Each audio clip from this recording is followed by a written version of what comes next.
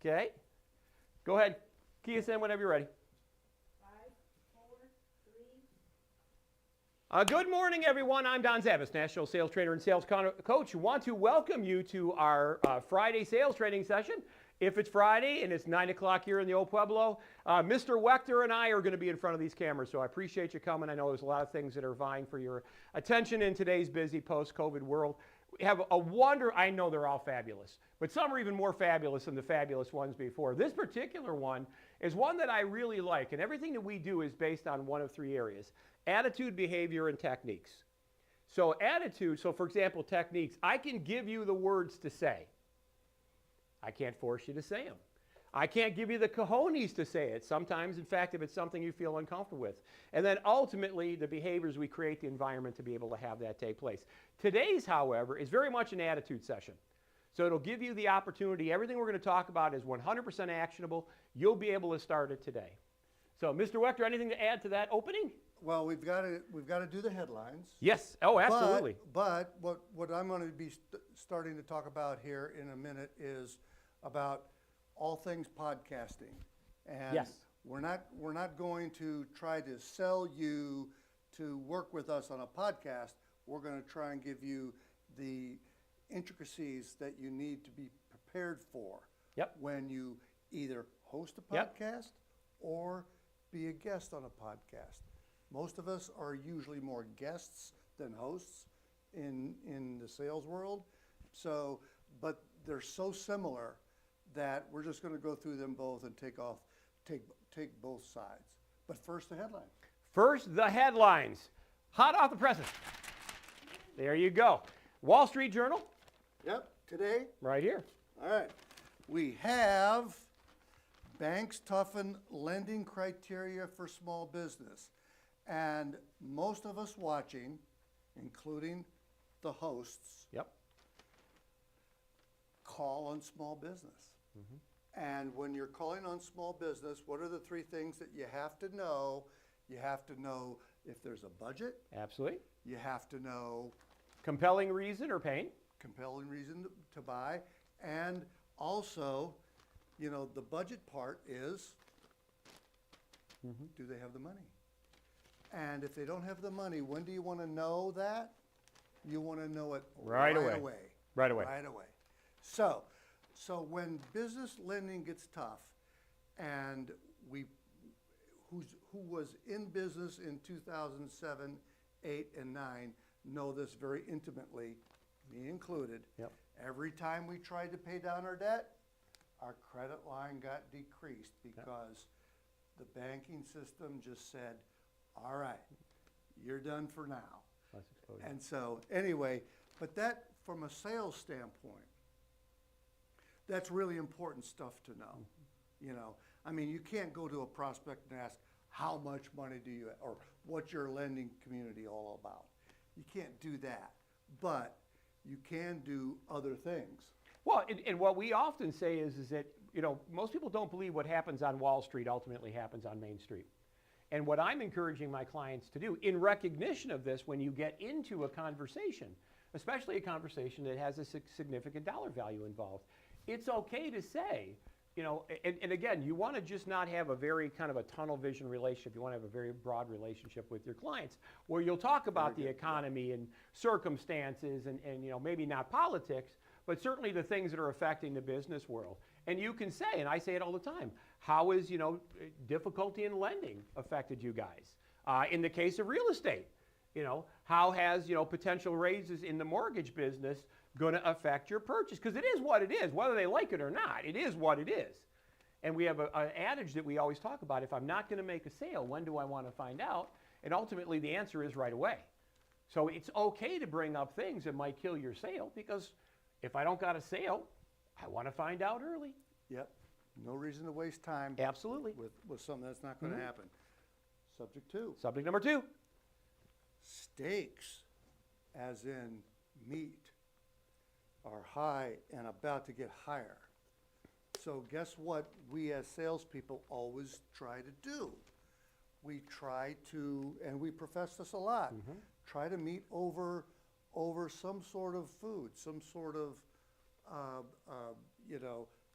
a lunch or a dinner is such a very intimate, you know, it brings intimacy into the relationship between a seller and a prospect. And now if you're steak, so we all of a sudden we have inflation in fuel. So traveling salesmen don't travel as much as we used to. And now we've got food problems and steaks are going up. A steak dinner, you take a prospect to a steak dinner, wow, it used to be just, you know, easy peasy. Now it's going to cost us more. Right. Because it's really, but you can't stop doing it. It's just, you just got to put it into your sales plan. You got to put it into your budget. You got to put it into everything. So, And by the way, one of the things we profess is never eat alone. And I will tell you personally, I've always got much further over a dining table than I got, hey Karen, much further over a dining table than I ever got over a conference table. And back in the late 70s, early 80s, there was a great book that came out, and it essentially said never eat alone. And the idea was, again, there's that breaking of bread is a very primordial thing in our DNA. And what's interesting is if you have an hour lunch, maybe for the first 10 minutes you'll talk about business. But the next 50 minutes you'll really talk about the things that are important. Friends and family and hobbies and hopes and dreams and aspirations. And that's where the real connection comes in. Not in that, 10-minute superficial, let me tell you about my widget. It's in all that other 15 minutes where you're able to make that bonding and rapport and make the connections much stronger. yeah, that's a whole session. Bonding rapport. Absolutely. Bonding rapport. All right, lastly, because we have to get going here, and this affects you, Maria. Water worries halt builders in Phoenix. So in other words, what just happened was the governor of Arizona just released new regulations for outlying areas like Queen Creek and Buckeye and Western Peoria and those types of things. Everything that's already been approved remains approved, but guess what? All new developments will be under the lens of no water, Curtailed. And so it's going to be really interesting how that affects the real estate, not only in the local environment. So prices are going to go up in the urban areas already, the urban and suburban area already there, and it's going to be interesting how it translates down into. I know you're a worldwide organization, but it's going to be interesting how it translates down into Pinal County and Pima County, and so, I attend a lot of the ACC,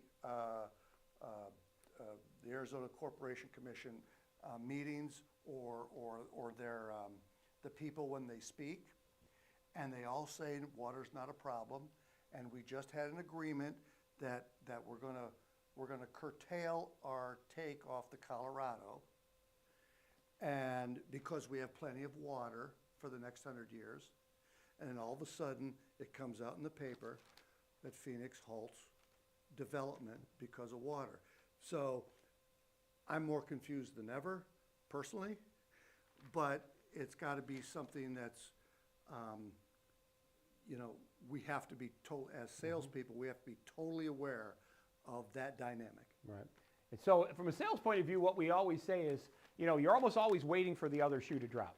No matter how organized you are, how locked down your deal is, there's always something waiting in the wings that's going to come and broadside you. You look at COVID, you look at the economic collapse in 2008 and 9, you look at hurricanes or snowstorms or just a general unrest. I mean, you look at, riots that happen throughout the country and such like that, and you couldn't have planned for that. There was no scenario that you could have planned for that, because it was never, like in the case of COVID shutting down the world.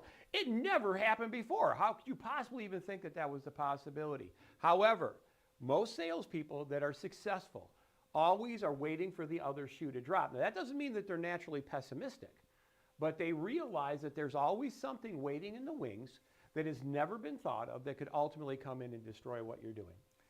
So And you got to be aware of that. And you got to be aware of that. You got to try to prepare for it. So, Mr. Wechter, you have the con here for the beginning? Okay. Great. And I'm going to go take a seat up in the audience All right. and, Very good. and Thank listen you with so rapt much. attention. Today, we're going to talk about podcasting. And like I said earlier in the introduction, that we're not going to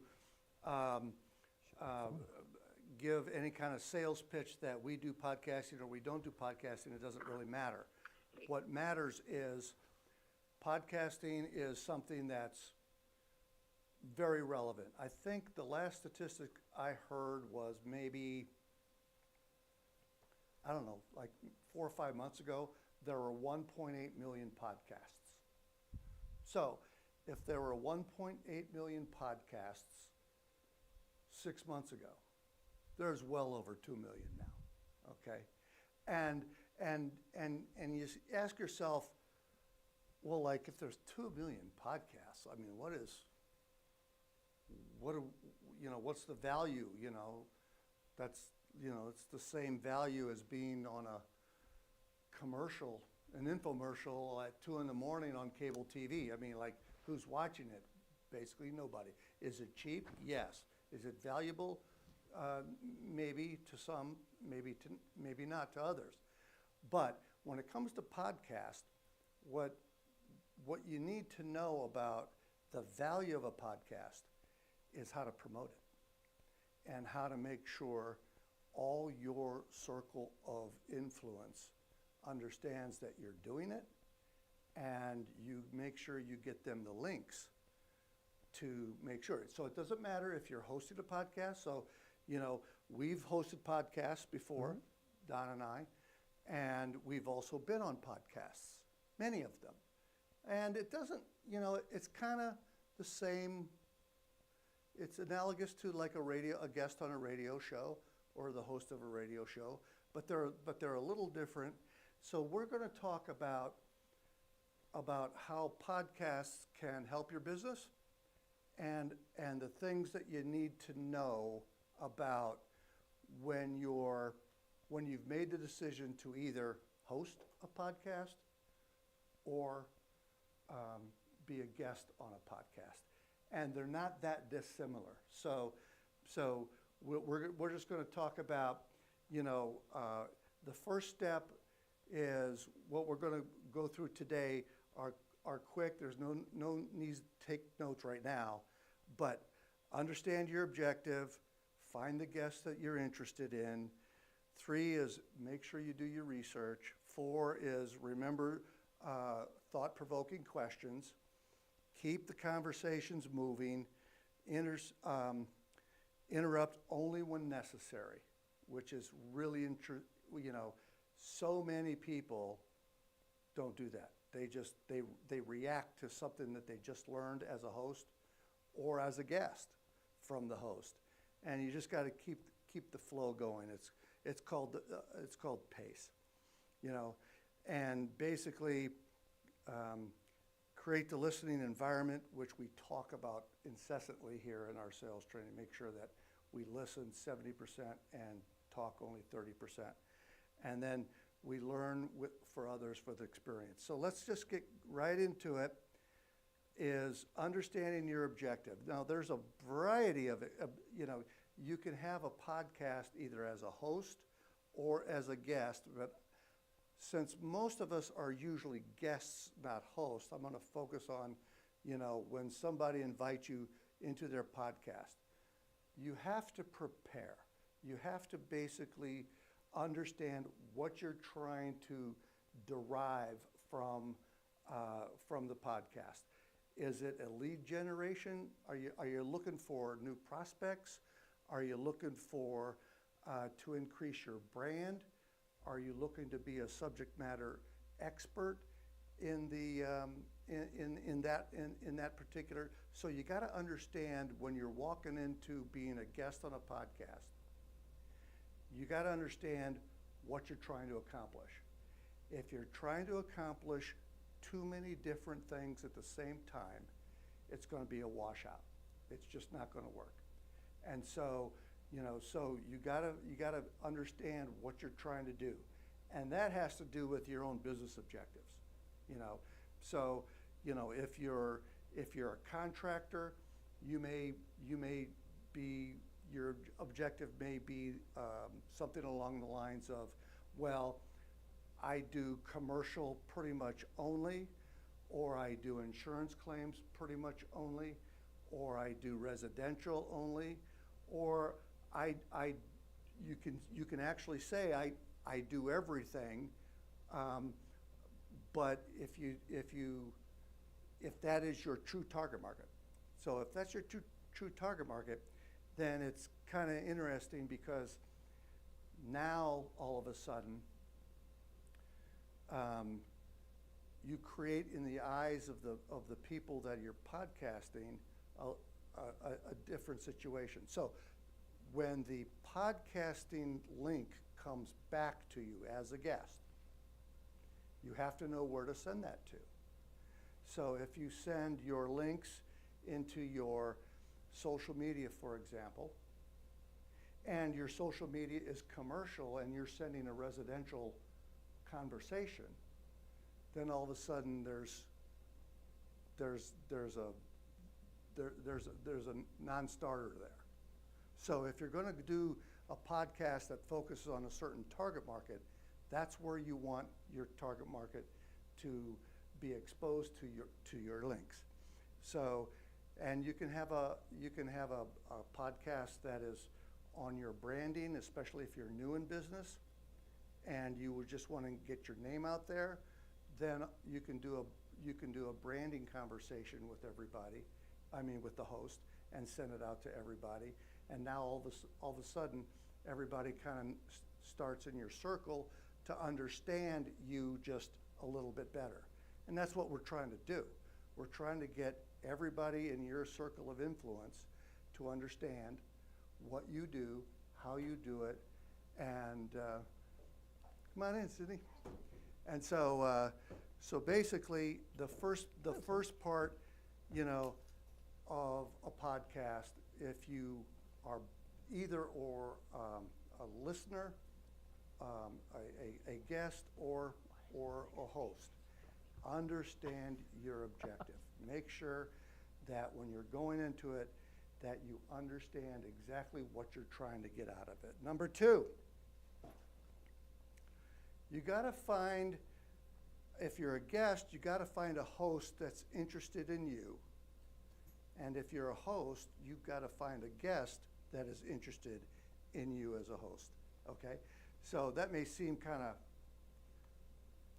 common sense, if you will, but we look for uncommon sense. We look for things that make sure that we get it, So in other words, if you're a guest and you're in one industry and there's a podcast host in another industry and there's really no connection there, well, that's a pointless conversation, So it's really important that you save your time and your energy to make sure that if you're doing a podcast, the host understands what you're trying to get out of it, and they're truly interested in your subject matter, and vice versa. Because if you've got a host that is just booking you as a guest because he or she's just got time to fill, well, that's not going to help anybody either.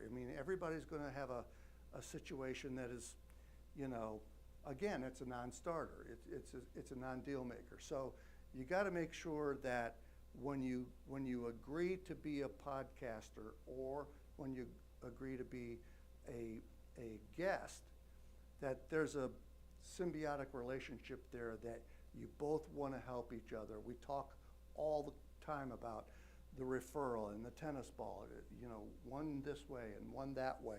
We go back and forth all the time. That's part of that relationship too. If the host wants and is interested in you, then you go for it. If there's not that connection, that marketing connection, that relationship connection, then it's going to be a waste of time for both. It's a waste of investment on the podcaster, and it's a waste of time on you as a guest. So just make sure that when you are in the podcast world, that you're you're stepping into a relationship that makes sense, especially to the auditory learners out there who's going to be listening to your podcast. Number 3, make sure you do research. And that's on both sides of the table on a podcast. The host has got to do research on you as a guest, and the guest needs to do research on the host, just to make sure that there's an understanding of the background of each one. Podcasts are very timed. You know, they could be 15 minutes, they could be 30 minutes, they could be an hour, it doesn't really matter. But there's no time to do what our first class at Don Zavis Sales Consultancy is, bonding and rapport. You know, that's got to be established prior to that. So when you do your podcast, you got to have that bonding and rapport, you know, basically down before the podcast, because the timing aspect of it, there's no time to get that stuff kind of done, and it's not the place for it either. So if you have a guest, if you're hosting, or if you are being invited, you just have to make sure that you understand exactly what the host is all about as a guest, and you got to, as a host, you have to understand what the guest is all about, and that's just part of the connectivity and the relationship building that will continue. And usually, if it's done correctly, that will absolutely enhance that relationship going forward between you and the host, or the host and the guest. So it's really important that, you know, you pick and choose your podcasts accordingly, because that is really one of the things that can get your future listeners of the podcast dialed in.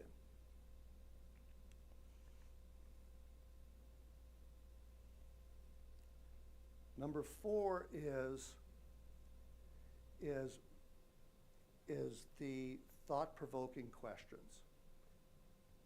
As a host, what you want to do is you want to do your research and make sure that you understand your guest a little bit more than you did prior to your research, and then construct just a few very thought-provoking questions. Thought-provoking questions are very interesting because they tell the person that you're asking that thought-provoking question, they tell them that you're interested. They tell them that you are significantly inclusive in what they're trying to get done. So even as the recipient of a very thought-provoking question, you're impressed, because this person is trying to figure me out a little bit. On the flip side, if you're a guest, you want to make sure that the host knows the objectives that you're trying to accomplish, and actually give them some of the thought-provoking questions that you've already that you already know how to discuss. So it's really kind of a symbiotic relationship. I use that again, but it's true. You know, it's what a podcast is doing is documenting the relationship between the host and the guest. And it doesn't matter if you're the host or the guest. It's documenting the relationship, and when you decide to take the recording of that podcast and move it along to prospects, into social media or wherever, they're going to pick that up. They're going to pick that up, that there's a true relationship there.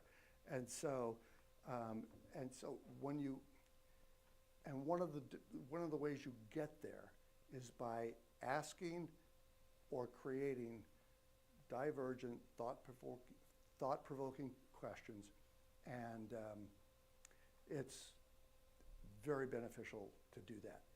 If you create questions that don't spur conversation or don't provoke thought, then the entire podcast is going to be a washout, again, as I say. There's a pre-interview process, number 5. So if you're a host, you should have some sort of form to help you fill that out.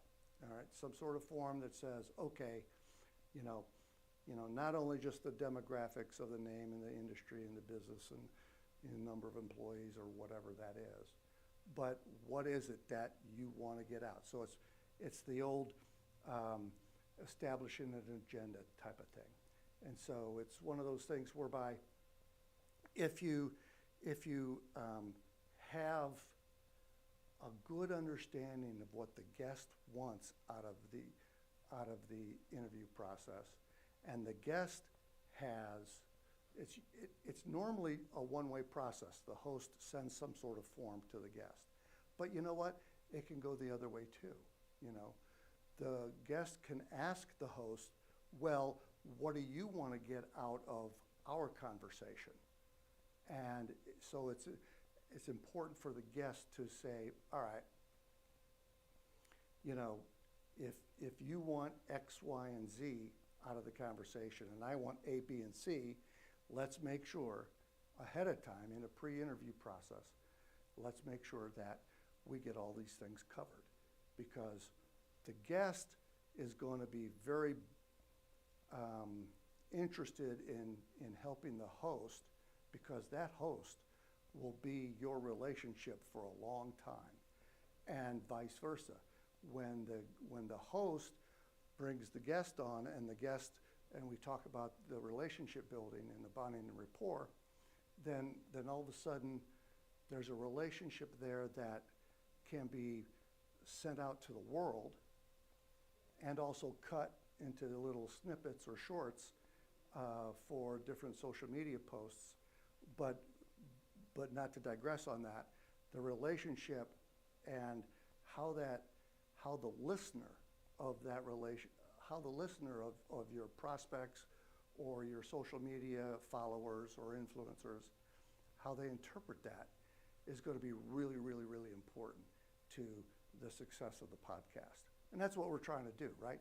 We're trying to do the podcast in such a way that not only do we influence who we already are part of our world, but when you go out to other parts of the world where, you know, where they don't know you or they don't know the host or either one, they still get impressed by the language and the tone and the pace of the conversation between you and the host or the host and you. And so it's really, really important to make sure that you get the pre-interview process down pat, so that it's just kind of it makes it so much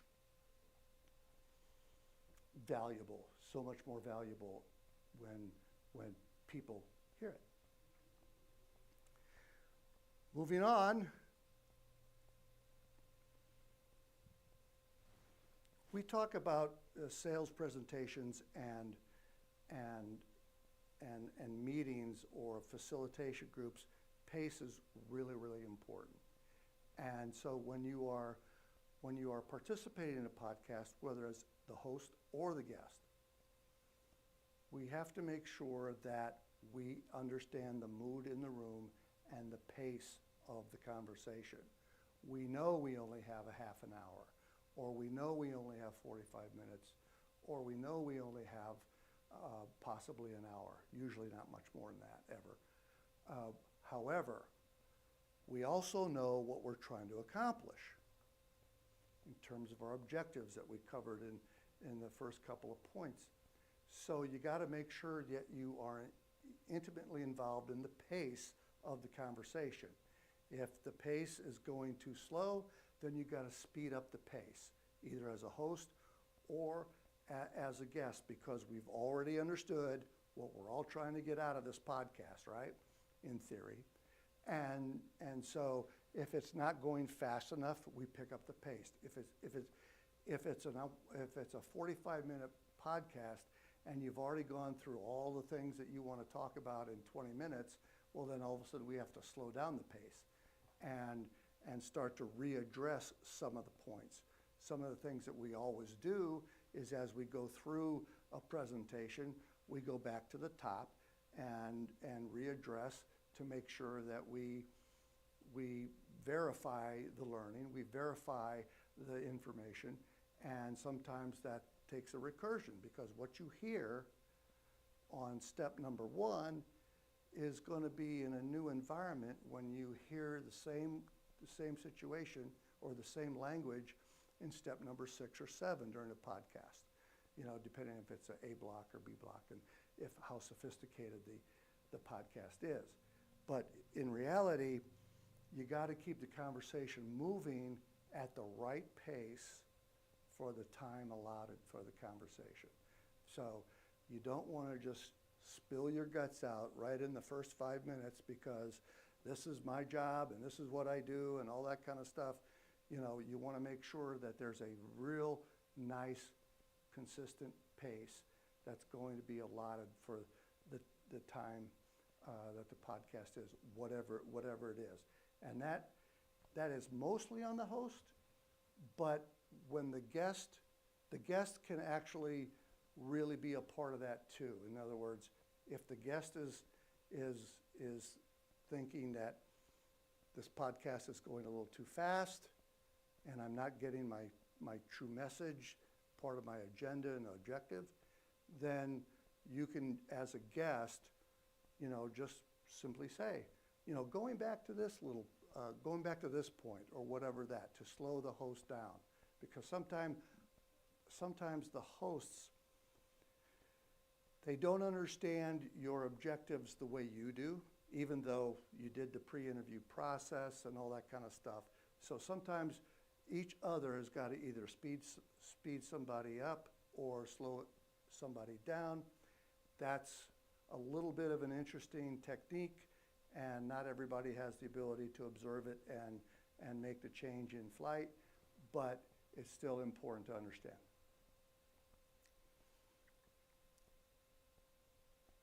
Interruptions. Interruptions are something to avoid, and it really happens when one of the two parties in a podcast has a more pertinent objective than the other. And so the host may think that a guest is droning on about a certain subject, and he wants to pick up the pace, or she wants to pick up the pace, and so they do some interrupting. And there's a good way to do it and a bad way to do it. And we're not here to develop that technique. But I've listened to podcasts before where the host is just really, really not happy with something, the pace, so there's a lot of interruption. Or the guest is interrupting the host because the host has moved on to a second question or a third or fourth question, and there's just not, there's nothing there available for the guest to make their point because the host is trying to move it along for whatever reason. So we got to make sure that when we interrupt, which is usually not recommended in any way, because that's part of getting the conversation to flow. But if you have to do it, you do it, but you do it in a very diplomatic way because you sense that the objective of the podcast is not being met and you're already through a certain point in time.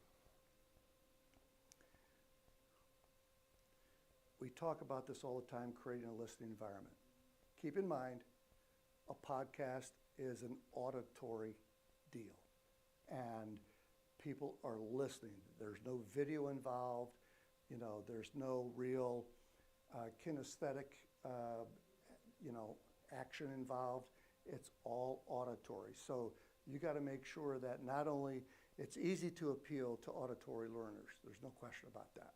So when you're doing your podcast or when you are a guest, you have to make sure that you're appealing to your visual and kinesthetic learners that are primary. And everybody learns in all three ways. You just have a primary and a secondary and a tertiary. So what happens is you've got to make sure that the language that you use and the tone of your voice and all that kind of stuff is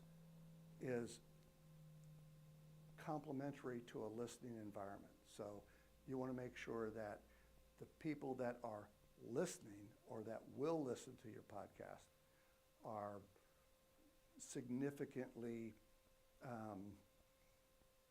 enhanced by the pace, the tone, the voice, the conversation.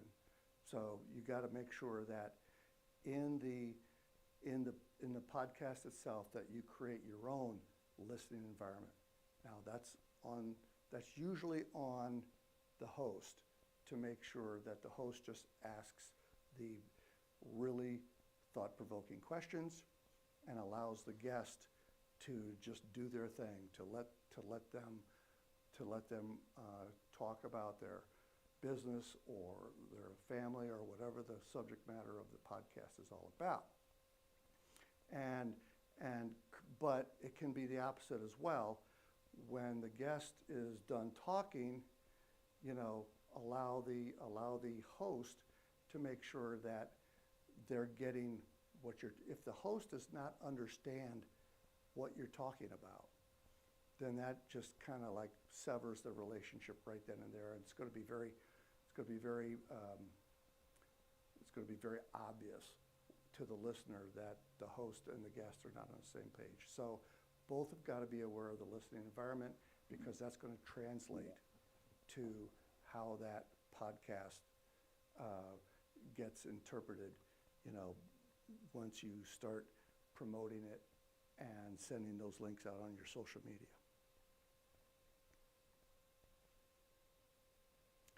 Another thing to do if you're going to do this more than once, listen to your game tape over and over again. So if you're a host or a guest, listen to the podcast, and just like in sports and athletics, they watch the games over and over again, and it's work, it's time consuming and all that. But if you want to improve, you'll never get this. There's always room for improvement. You're never going to do a podcast correctly the first time, or maybe any time. And who's to say what is a correct version of the podcast or the conversation and who's not? So you always want to make sure that adjustments are in your deal. Listen to your podcast over and over. Make sure that you understand exactly what is happening. And when you do your next podcast, you can make adjustments. Just like a basketball team makes adjustments at halftime, or a football team makes adjustments at halftime, you have to also understand that, you can really, really be, a change agent in improving your own version of podcasting. And that's also if you're doing a radio show or doing, video snippets on Instagram or whatever it is, look at them over and over and over again, and make sure that you understand how you can, all the little details that you can improve. And lastly is watch people. They always say, if you want to be a big dog, you got to run with the big dogs. So if you want to be a good podcaster, or if you want to be a good guest, go ahead and search out the podcasts that you like, or that entertain you, or that somehow suffice what your objectives are, and listen to those people who've come before all of us, and just basically, learn from them. Look at their videos, look at their podcasts, listen to their podcasts, and just take notes. Say, try to observe why you thought that was a great podcast and why your future audience will think that's a great podcast, and make those adjustments. So So basically, in short, understand what you're trying to do at a podcast to wrap up in summary. So make sure you understand your objective. Find the guests or the host that there's a nice relationship with, that are really interested in what you are, what you do and who you are, because that's really important. And again, do research on your host or on your guest, depending on what it is. And it's so easy and not time consuming to do that anymore with the internet and Google and LinkedIn. You can gain a whole lot of knowledge in just a couple of minutes. And remember the thought-provoking questions that you want to make sure that gets covered in the podcast. And then have the pre-interview process. And number 6 was keep the conversation moving and create the listening environment. And finally, at the end of the day, run your game tape. Make sure that you critique yourself as a participant, so that when you do your next one, whenever that may be, you'll be a little more in tune with where you need to go, and make sure that you just watch all the professionals all the time that do their thing, that you connect with in your own brain. And that's basically it. That's podcasting, not from a hardware standpoint, but that's podcasting from a content standpoint 101. So Excellent. hope you had it. Excellent. Thank you, John. That was wonderful. No, I really appreciate that. It's interesting because this goes very much in line with what we talk about in terms of visibility. So one of the things that we say, so those that are taking notes are those, by the way, for those that are joining us globally, thank you. We appreciate you being there. We know there's a lot of things that are vying for your attention in the world, and the fact that you're watching us is greatly appreciated, and we'll come back to you many times over. That being said, however, if you're taking notes, write this down. If you want people to look at you, you've got to do something worth looking at. And if you want people to listen to you, you've got to do something worth listening to. And most people do everything in their power to keep themselves a secret. They don't do anything. They don't host any events. And by the way, a conference call is essentially a podcast. Yeah. And if you think in terms of cost, there's no cost. You can go right now today to freeconferencecall.com. You can get assigned a phone number, and they will give you wonderful, wonderful resources for no cost at all. You can record it, you can archive it, you can embed things into it, you can play it back, you can play it forward, you can play it again. There's so much stuff that you can do, and again, doesn't cost a dime, and yet most people won't do it. And we do it every Monday morning. We do the crap out of it, and we have wonderful results, and we use it in our social media, and we do it as a live broadcast for those that want to join us. So again, if you want people to look at you, you've got to do something worth looking at. And ultimately, if you want people to listen to you, you've got to do something worth listening to. And yet most people do nothing. They do absolutely nothing, and then they wonder why nobody knows they exist. So go to Free Conference Call. Pick a date, pick a time, develop marketing materials, get interesting guests. Do all the things that John just said, which, by the way, that cost you how much? Nothing. Nothing. And yet most people won't do it. They will, however, go to great lengths and take an enormous amount of time to complain about crap that is well within their reach. Do something, imperfect though it may be, right? The first couple you do are going to be bad. You're going to sound bad. The questions are going to be crap. It's going to be disorganized, but don't stop doing it. And again, so many people will do an event or they'll do something that garners attention to themselves, and it wasn't perfect on day one. Therefore, that's it, I'm done. Never going to do it again. No, don't do that. Do something. Again, you want people to listen to you? Do something worth listening to. By the way, before we jump into my section, another part of it that comes out in podcasting, people that do podcasting or conference calls or events are considered experts. Right? They believe, right? The marketplace believes, well, if you're going to do an event, or you're going to be a speaker, or you're going to host a podcast, or you're going to host a conference call, you must be an expert. Therefore, you elevate between all the other people that are here in the nameless rabble that do nothing, because you're an expert. So Agreed. Love that. Absolutely love that. And again, there's no cost, and most people yet won't do it. And as a result of that, again, they do everything in their power to keep themselves a secret. All right, so my session today, and I'm going to preface the session because, again, this is an attitudinal session. I'm going to preface the session by saying most of sales is attitude. Now, when I say attitude, most people think of what kind? Bad attitude or a good attitude. But this is an opportunity for you to be able to interject into your world an attitude which ultimately will affect your sales. My session talks about enabling, right? B-L-I-N-G, versus customer service. And we live in a world where we allow ourselves to be treated so poorly. And I'm not sure why that is. I'm not sure what about us enables that, circumstance to take place. So we talk about enabling versus customer service. Let me dispel some myths right off the get-go. Most people believe that the customer is always right. That's been long held. Here's the reality. The customer is rarely right. And here's why. Because the customer doesn't know what they don't know. If they're talking about something that you've been doing for 20 years and they've never done it ever, do you think that their position is better than your position? Of course not. So when you say the customer is always right, that's not true. The customer is rarely right. However, they're always the customer.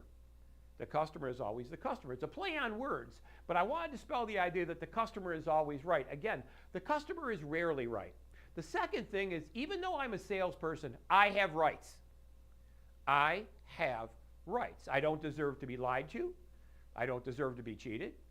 I don't deserve for you to take information or not share information with me that I critically need to do my job. It would be akin to going to the doctor, right? And the doctor says, "Hi, Bob, how are you today?" And he says, "Not too good, Doc." And Doc says, "What's wrong?" And you say, "Well, I got a pain." And the doctor says, "Where is it?" And Bob says, "Guess." Right? Well, here's the reality. I'm going to poke and I'm going to prod you until you go, "Ouch." And then eventually I might figure out what it is. Or you could just tell me and we'll start right there. Right? Many clients, and they're not bad people, but because they have a very negative impression of salespeople. Like, for example, you've never heard of a fast-talking customer, have you? Plaid-jacketed wearing client? No. Is it let the seller beware? No, it's let the buyer beware. So when we're wearing our salesperson jacket, we automatically bring in this giant defensive posture that we're going to take advantage of them. Right? So every bad experience they've ever had, the guy that charged them too much for their landscaping, that raked them over the coals on their vacation, that cheated them on their last car, we inherit all that. So now you've got a client that is pre-programmed to be defensive, pre-programmed to maybe not tell you the truth, pre-programmed to what we call contrive and conceal. Write those words down, they're big. Contrive and conceal. If you don't know what that means, go to your dictionary. Contrive and conceal. But in their world, if they lie to you as a salesperson, it's okay, right? Because we're the mean salespeople, right? We're going to cheat them and take advantage of them. I think I'm a person of ethics and character. I don't cheat anybody, right? I'm going to tell you how it is. Now, you may not like it, but I don't really care. It is what it is. You get to choose either to operate in that world or live in a world of the emperor's new clothes. But most people don't know when enabling goes into customer service, because they think if the person that cancels the appointment 5 minutes before we're supposed to be there, or you drive cross town and you're in your waiting room and they're like, Sally's secretary comes up and says, "Oh, gee, he got called to a meeting, he's going to have to call you and reschedule." Or they promise to give you something you critically need, and then 3 weeks later you're still begging them for it. All those things I don't think really makes for a really appropriate relationship. And I believe, again, I have rights. And there are certain things that I need in order to conduct myself in the most effective fashion on your behalf.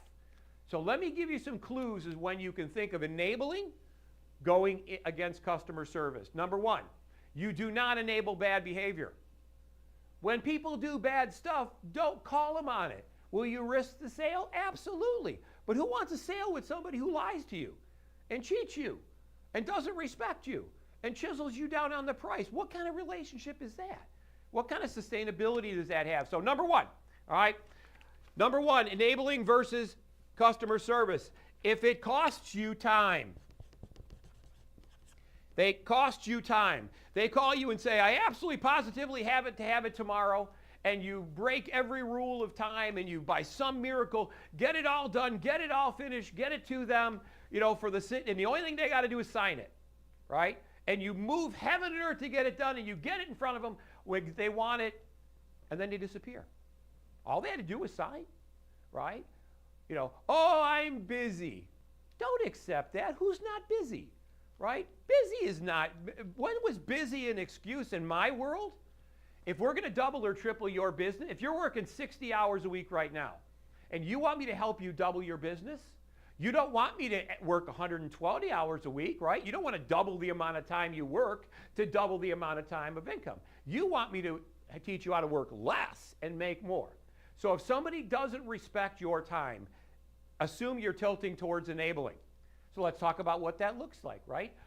You tell them we need an hour. Bob, when we get together, it's going to probably take every bit of an hour, blobbity, blobbity, blobbity, blobbity. You sit down and talk to Bob, and he says, listen, I got 15 minutes. Now, if you haven't had that happen to you, you will. Now, if you know it takes an hour, what most weak salespeople will do is they'll try to cobble something together that works in 15 minutes. Now, me, it's like, okay, when can we reschedule for an hour?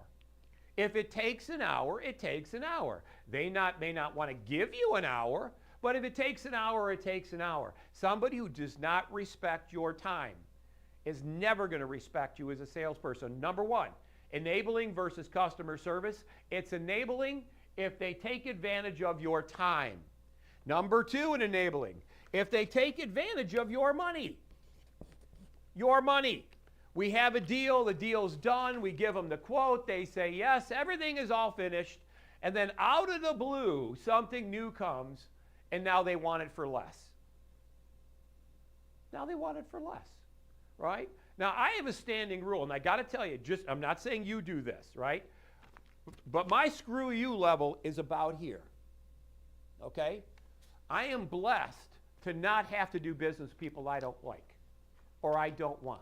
And I've never seen a situation where I've had a dumbass prospect that became an amazing client. If they're a pain in the ass in the beginning, they're going to be a pain in the ass in the end. But if they're your client, now they're your pain in the ass, and they're going to screw up your perfect world.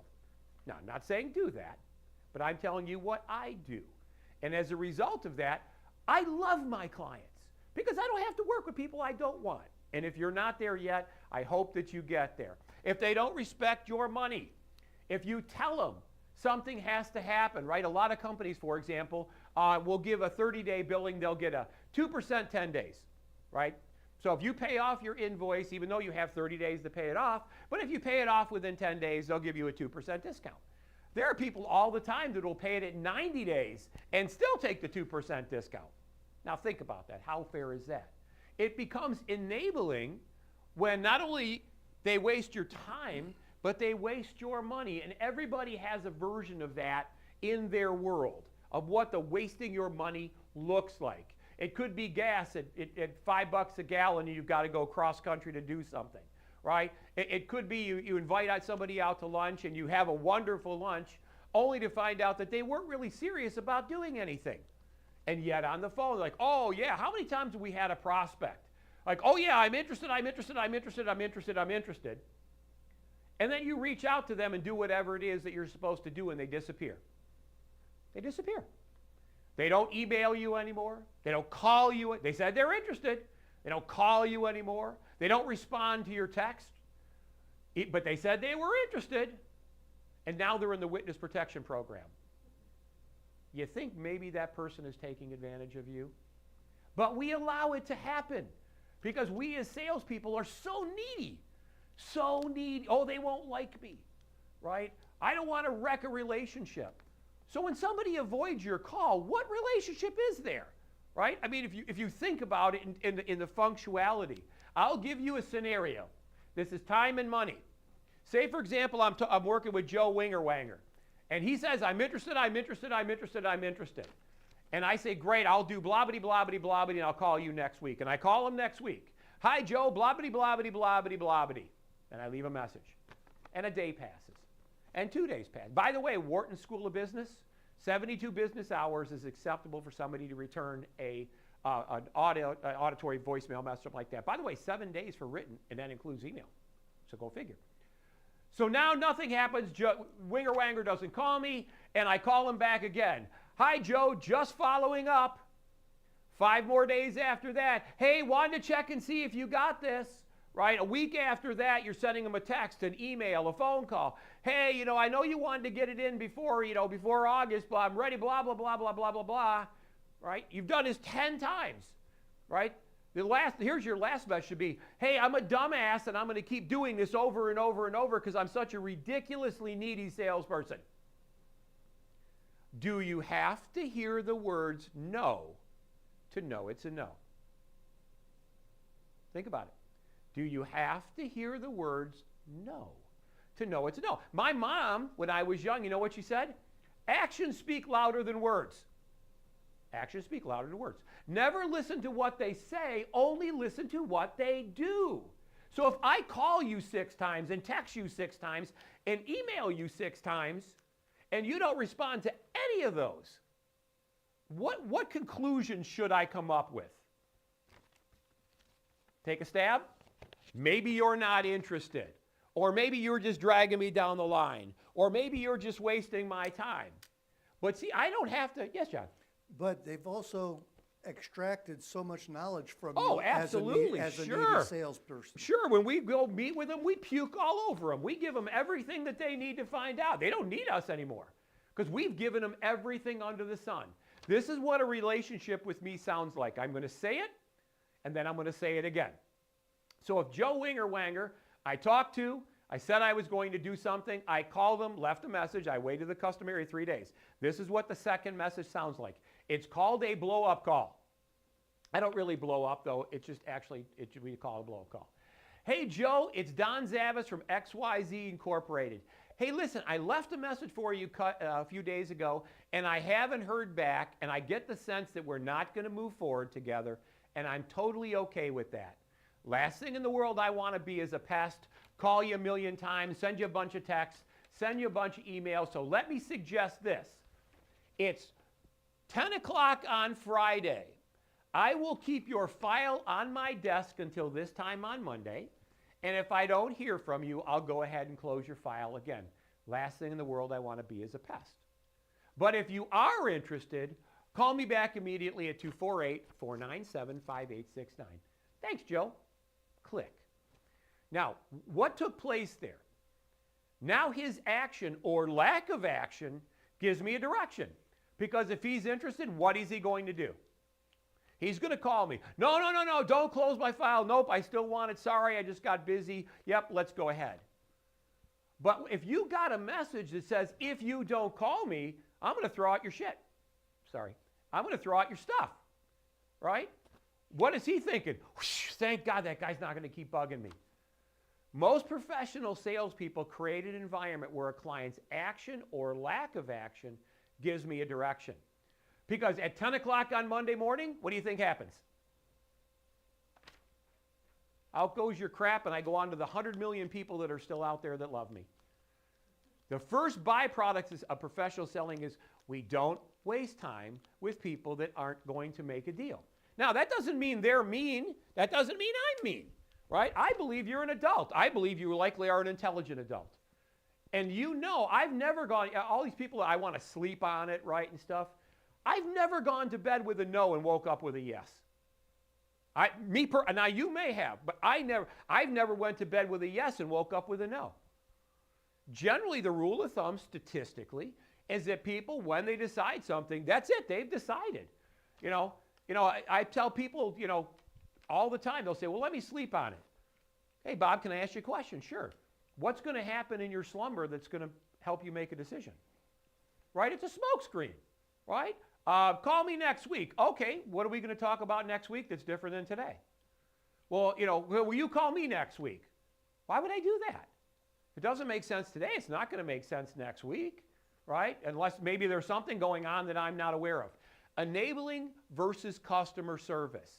If you become diminished in some way, shape, or form, it's enabling. Enabling is bad. Customer service is good. Let's keep going. So it's time. Certainly, it's money. And you'll be able to tell when it's costing you money. Number 3, All right? Stress. Stress. See, I believe that business is elegant. My business is elegant. I get to dress nice. I go nice places. People kiss my butt 99% of the time. I think business is elegant. I don't think it's frustrating. I don't think it's stress-filled. I don't think it's angry. I don't think it's tense. And why? Because I don't allow any of those things. There's no stress in my world because I create very specific expectations. Bob, when we get together, at the end of our meeting, one of two things is going to happen. Either A, it's going to make sense for us to do business together, and I'll bring all the paperwork and we'll sign a little bit. I'll take a check for $1,000. We'll get started. Or you know what? We're not a fit. I'm not a fit for you. You're not a fit for me. And I'm going to say thank you, goodbye. You okay with that? I said that 1,000 times. So I've said it's okay to say yes. I've said it's okay to say no. On the phone before we meet. And they've agreed to it. What have I said is not acceptable? Think it over. Sleep on it. Call me next week, right? The TIOs, the think it over type of things. No, we don't do that. Business is elegant if you create an elegant scenario. If you create this disheveled chaos where you're being dragged around by the nose, well, how are you ever going to do that? I will tell you, if you are in a stress-filled relationship with your client or prospect, there's a very good chance that you're tilting towards enabling. Because customers that respect you and appreciate you and value the relationship do not expect you to do stupid things. They don't expect you to do stuff for free. They don't expect you to do the impossible. The people that want the enabling relationship, those are the people that are going to do that. That's not me. So if you waste my time, my money, or you cause me stress in my world, that's not customer service, that's enabling. There's something about the relationship which is not fluid and smooth and enjoyable for all parties. So let's keep going. So we got that. Let's go on to number 4. When none of your other clients do that, my clients love me. They love me. Right? They pay me what I'm worth. They don't argue. They don't drag me around by the nose. They don't disrespect us. They blobbity, blobbity, blobbity, blobbity. How come everybody is this except Bob? We all have that amazing client, right? Or amazing clients. They love us. They don't have any problem paying us. They give us endless referrals. Everything we ask them, they say yes. Because they value the relationship. They appreciate the relationship. They don't expect you to walk on water. They don't expect you to work for free. They don't expect you to do the impossible. Why? Because they realize that there's a relationship beyond whatever this sale is. And in their world, they believe that their world is enriched with a continuing relationship with you. Now, the guy that's enabling, he doesn't care if you go out of business at your last deal, right? If you were selling widgets, he doesn't care if you lose money on every widget. As far as his mind, he wins. He doesn't care if you're there, if he ever needs service. He doesn't care if you ever show up again and sell him a widget. He is more than happy to take advantage of you now, and if you take it in the shorts, it's no big deal to him. And there's a world of people out there, right? I've actually heard people say, yeah, well, as long as they don't make a profit for me, I don't care. Now think about that in logic. When was the last time you would ever want to buy something from somebody who's not going to be there if you ever need any help? Or you want to buy more, or you ever need service, or you never eat in. So there's so many people that don't see the relationship as I do as an ongoing. This is just the first time we interact, not the last time, certainly not the only time. I believe that every person in my world, comes under the Zavis umbrella. And I believe that everybody has value, right? And I don't necessarily mean just monetary value, which a lot of people do. The relationship, a good word, a kind testimonial, all the things that are not money, but are all part of that ongoing positive relationship. So if you see yourself in an enabling situation, not customer service, why? Because legitimate customers don't waste your time. Legitimate customers don't waste your money. Legitimate customers don't want you to be under pressure. They don't want you to be stressed, right? That'd be like talking to your cardiac surgeon and it was an 8-hour to put in a new heart, and you say, listen, you got 6. You got 6, right? I see it happen all the time. I have had a client of mine, people bring in their car because they want to get it fixed, and they're like, yeah, I got to pick it up by 5. You know what he says? Take it someplace else. Take it someplace else. Maybe it's finished by 5. Maybe it's not finished until 5 o'clock tomorrow. I don't know. But I want to make sure we have an expectation that if this is what you want, I'm not your guy. You know what 99% of the people say when he says it may not be here by 5? What do you think they say? Do it as fast as you can. Now, if he would have said, oh yeah, we'll get it out by 5, and they come at 5:03 to pick it up and it's not ready, you think they'd be pissed? Absolutely. Sure, that one sentence, I can't do it. Can't do it. Take it someplace else. I don't want you to be here and then be upset at 5:03 when we're not done. And yet, most people feel the need, because it's customer service, to blow smoke at them. Right? The emperor's new clothes. Oh yeah, we'll get it done. No problem. It'll be fixed. Blah, blah, blah. Why would you say that? Even if you're very confident that it could be done at 5, I'm going to encourage you not to commit. Why? Because if you don't commit and it goes beyond 5, you're off the hook. And if they got to have it in 5 and you can't commit, then they should go someplace else. I don't want to damage the entire relationship and create an enemy where none exists. Okay? Stress. And they love me. Right? These are the people that give you testimonial letters and do videos and tell their friends and invite you to their club and make sure that you know all the people on the team, and they do everything they can to forward your interest. And you'd think most people never want to do anything. I've had people say, well, I don't want to ask for referrals. And I'd say, why? Well, because I don't want my client to think that I'm hunting around for business. I want them to think I have so much business. I don't need any referrals from them. I'm like, I have a crap load of business. I want to suck every possible piece of business out of everybody I know. What's wrong with that? Where is a salesperson? Where's the downside in that? Again, attitude. I have a very different attitude. I'm a shameless self-promoter. Some people aren't, and I'm okay with that. Again, if it ain't broke, don't fix it. If you're getting the results you want, doing it the way you're doing it, keep doing it. I'm not saying I'm the answer, but I'm saying if you're not getting the results you want, these might be some options for us to look at. Let's keep going, because we're going to probably only get through about half the list today, and we'll probably finish the rest next week. All right. If it feels wrong, it is. If it feels wrong, it is. You can feel it. Everybody's got that spidey sense, right? You know when it's wrong, right? You know when something's kind of sketchy. You don't have any evidence, but something in your gut tells you that it is, right? It's just not right. It's not working. It's not working for me. It's not working for you. You want the impossible. I can't help you. I want to be a good salesperson. I want to have good customer service. But now we're bordering on just blatant lying. There's a line that we say, and for those that are taking notes that are joining us either in the studio audience or online, if you feel it, say it. If you feel it, say it. Do not be argumentative, right? Do not be combative.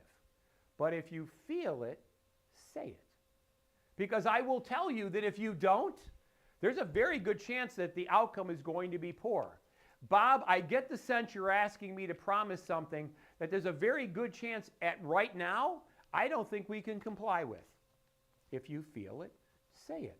Bob, I've been doing this a long time.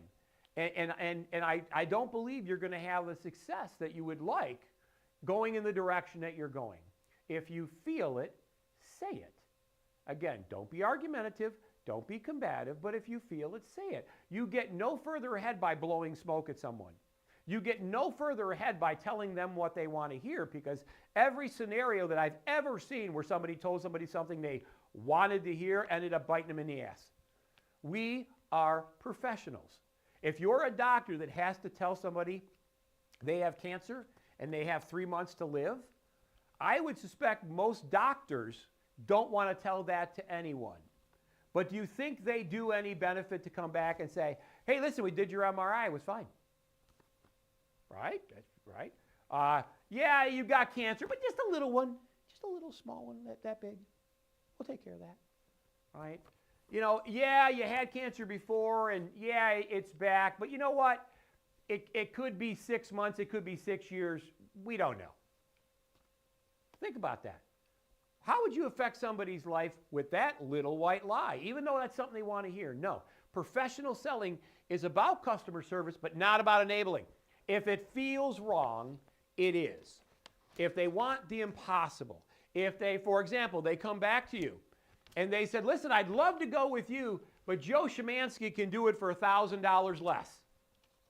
Now, if you haven't heard some version, maybe $1,000 less, less of a percentage, whatever it is, some version of the guy down the street can do it for better, here is what you say. And don't be a smartass, right? Leave that to me. So were they excited? And your prospect is going to say this. What do you mean?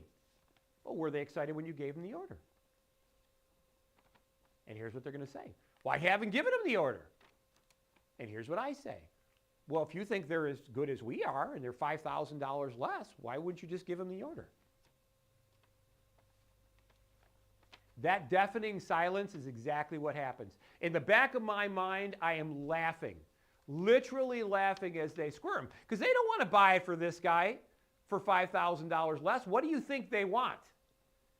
They want to buy it for me at $5,000 less, but I'm not going to do that. Why?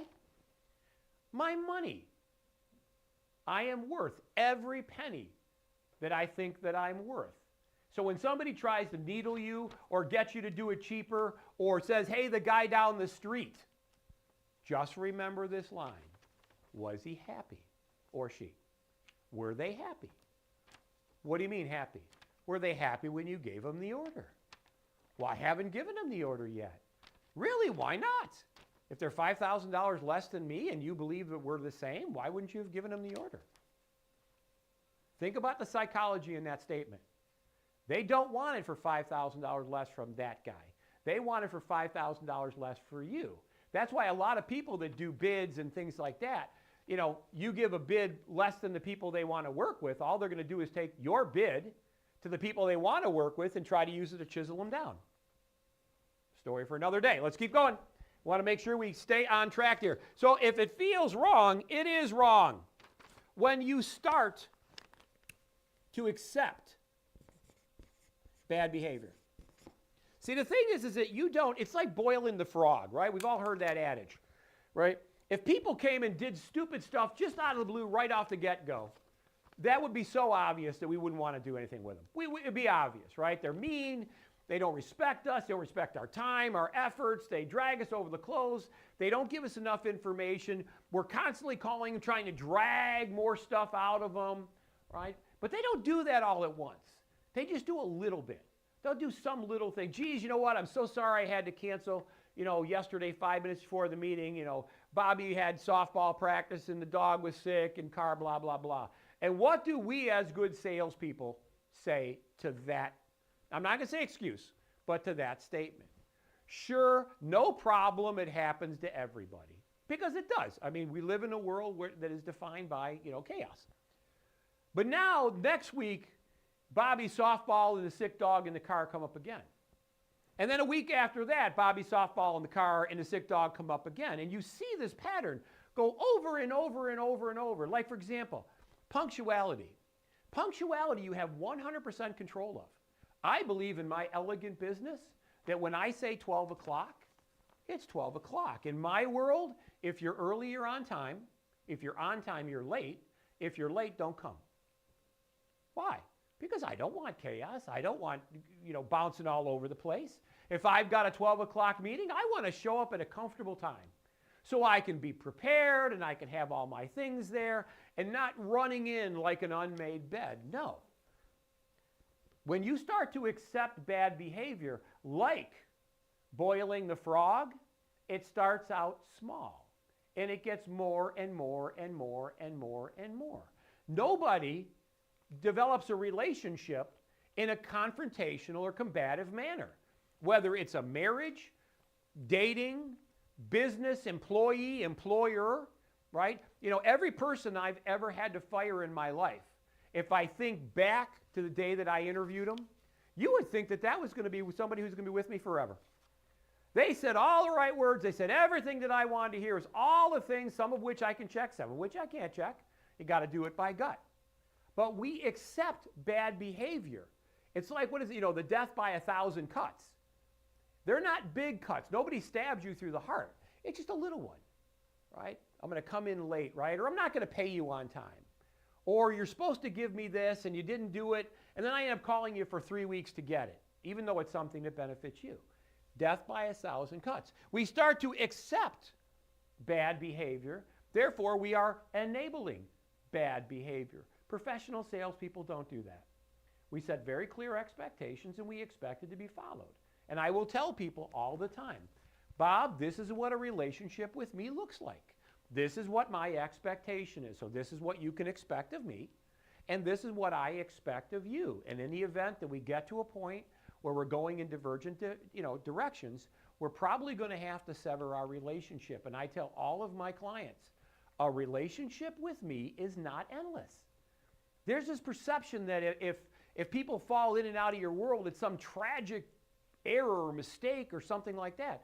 There is no relationship with anyone that is infinite. Every person that you love, marry, meet, work for, work with, neighbor, whatever, no relationship is infinite. There will be a period of time, depending on circumstances or the fates, that you may not necessarily be together. So I don't look at it as the negative that, oh, I had to fire you, you quit, divorce, whatever. I look at it as the positive that said, at the time that you were involved in that chapter of my life, it was wonderful. And now I just have a new chapter. Unfortunately, this chapter doesn't include you. That doesn't mean that my preceding chapters weren't amazing, and I was enormously thankful that you were in my preceding chapters. The new ones, because I always have this concept that no relationship with me is infinite. So if I have to turn you over, if I've got to remove you as a client, that just supports what I've just said. No relationship with me is infinite. So we'll finish the other section when we get back. Again, enabling versus customer service. Here, Johnny, if you want to join me as we close. Enabling versus customer service. Part one, if they don't respect your time, it's probably enabling. If they don't respect your money, it's probably enabling. By the way, if you don't know if it is or not, reach out to John or I. It's interesting, right? Everyone, when they talk about like relationships, right? My daughter, Cassandra, when she was dating, now she's married to a guy we just absolutely love, and I have 3 beautiful grandchildren. But when she was dating, and she would bring home some loser, and I would just keep, I'd have to, there was an endless stream of social, anyway, story for another day. And it was interesting that when that relationship fell apart, for what her mother and I saw very obviously, and through her heartbroken, my wife would say, I never thought this would work because of blobbity, blobbity, blobbity, exactly the reason that it didn't work. Exactly the reason that it didn't work. And it's interesting, though, because we don't see that. We allow ourselves to be treated poorly because we think that's the way that it goes, or that it's okay for somebody to take advantage of a salesperson, or be mean to us, or lie to us, or don't pay us, or conceal and contrive information. No. My clients love me. If you're a client of mine, you love me. And I know that sounds silly when I say that, but my goal is to do everything I can to love you back. I operate, as John does, on the promise. If you want better kids, be a better parent. You want better employees, be a better employer. You want a better wife, be a better husband. You want a better husband, be a better wife. You want a better neighbor, be a better neighbor. I can't control what they do. I can only control what I do. And if I do everything I can to be that better, whatever that is, it'll come back in droves. If it feels wrong, it is. If you feel it, say it. Don't be angry. Don't be, argumentative. Don't be combative. But if you feel it, say it. And ending off the first half, accept. It's that boiling the frog. It's one little thing and then another little thing and another little thing and another little thing. And then finally, when you look back, that straw that broke the camel's back, right? You look back and that one little thing now, cumulatively with everything else, becomes worse. We're going around the room. Karen, what'd you get from today's session? I like that if you feel it, say it, because oftentimes I'm afraid to, disappoint someone. Well, If I don't say it, I'm still disappointing them anyway. yeah, and you don't have So say it. Yeah, and you don't have the benefit of pointing out the behaviors with the hopes that it could be salvaged, right? If you got a best friend that constantly do something you hate, right? Again, for me, it's punctuality, right? I am very much into being there on time, especially when we do speaking engagements. So if we have, 100 people in the room, they're all making $100,000 a piece. You start to figure out how much a minute of their time is multiplied by 100 people, and you honor someone by being punctual. right? Now, if you're not punctual and we're in a selling environment or a prospect or a client environment, I tell you that, if you're having a hard time catching up with us, doing this at 10 o'clock in the morning because of kids and school and the dog and car, whatever, here's what I suggest. Let's make our coaching appointments at 6 o'clock in the morning, right? I'll even buy breakfast. My day starts at 4, right? I'll even buy breakfast. That way, none of these things could interfere with us.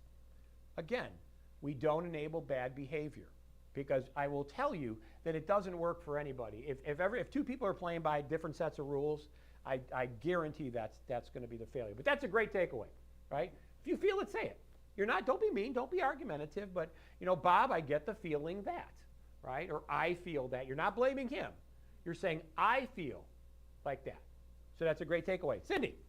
I kind of on the same page as her, and I'm going through that right now, and I'm like, oh, you know what? I can give her permission to say I'm not interested, or Yeah. it gives her permission to say, Yes. let's get together. Absolutely. Again, if you feel it, say it. Bob, I've reached out to you a couple times to get together for lunch. Every time I've done that, I get you get what appears to be, and it may not be, but appears to be like you're struggling to create an excuse. Let me suggest this, right? You have my name, you have my phone number. If you're interested in resurrecting that relationship, call me, right? If not, I wish you well with the rest of your life. Now, that's not mean, is it? It's not mean at all, and it's really interesting the way people interact with one another, because in a certain way you're doing an injustice to the other person by not sharing your feelings. Oh, absolutely. And so they're walking away thinking that, hey, maybe things aren't perfect, but they're okay. And in your mind, they're not okay.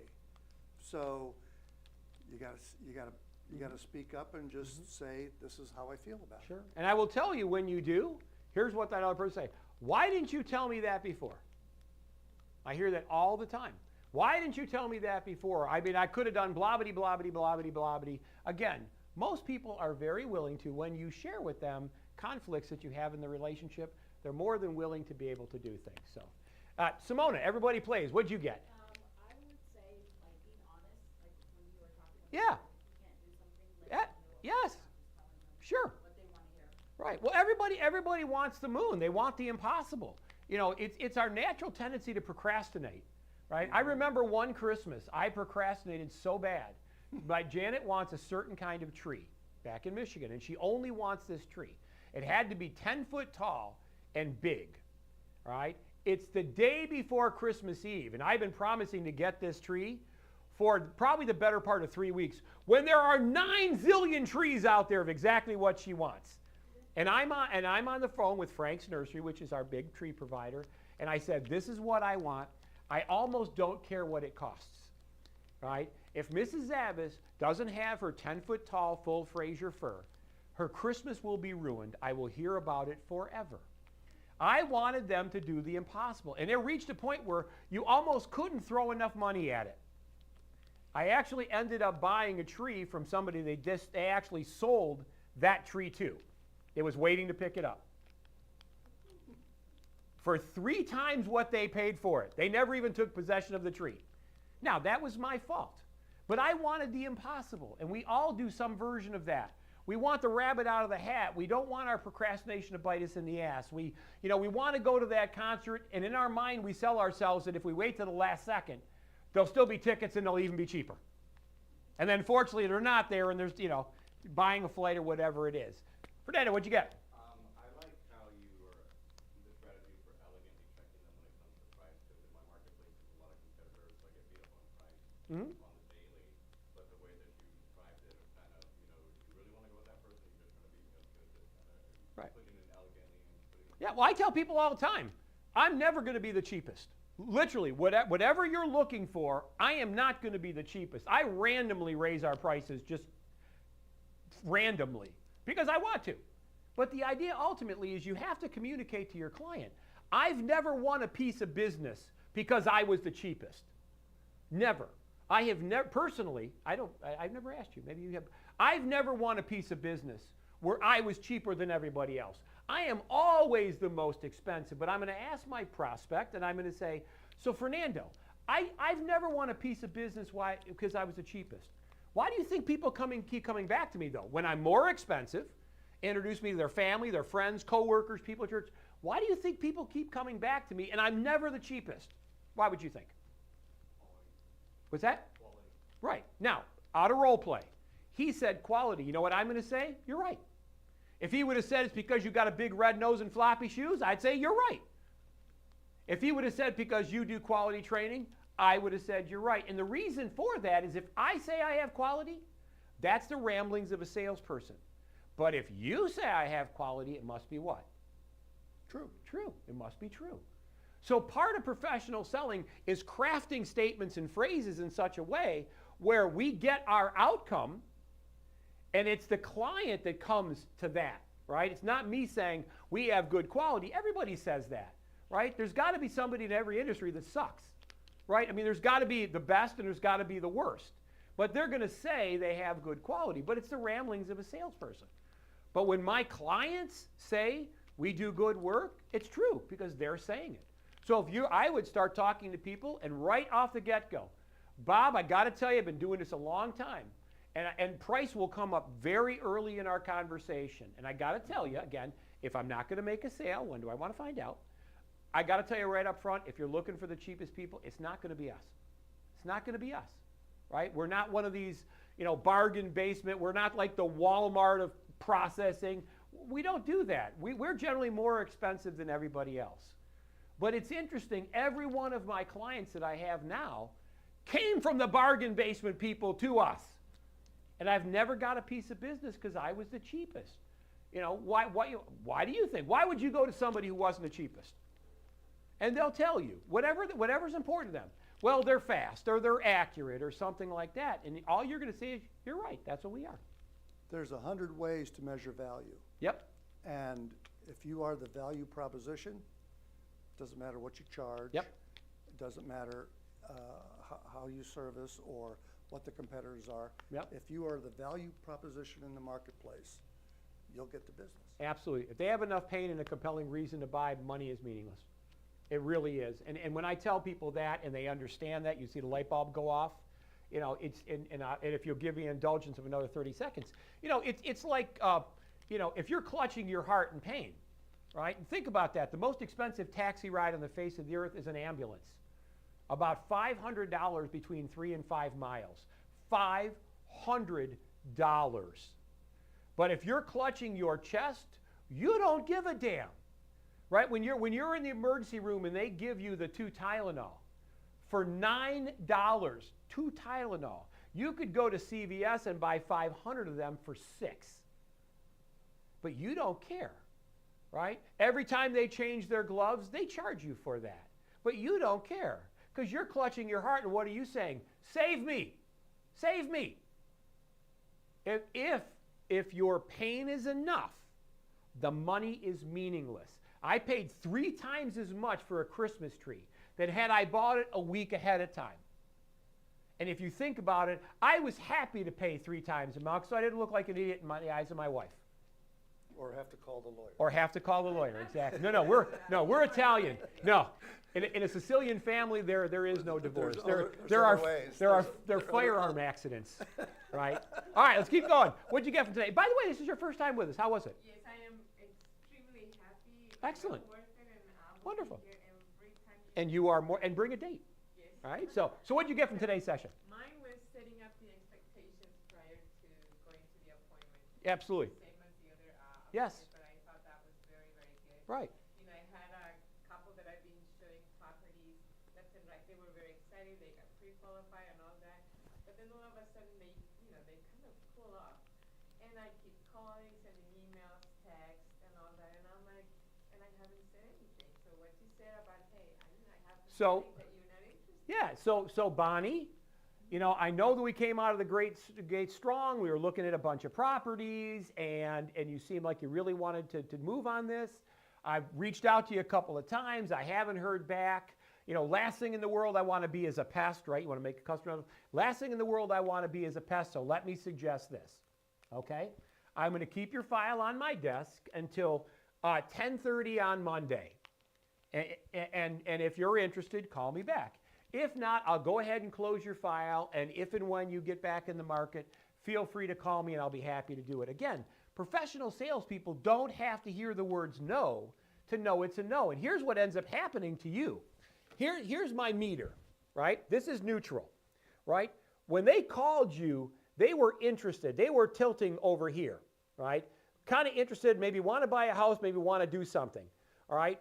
But you start calling them, and then it goes back to neutral, right? And then now they see your calls and texts and emails as a bother, right? And now they're tilting towards the negative. Now, you haven't done anything other than be, in your mind, good customer service, right? Bob, you said you were interested. I'm not going to listen to what you do. I'm going to listen to what you say.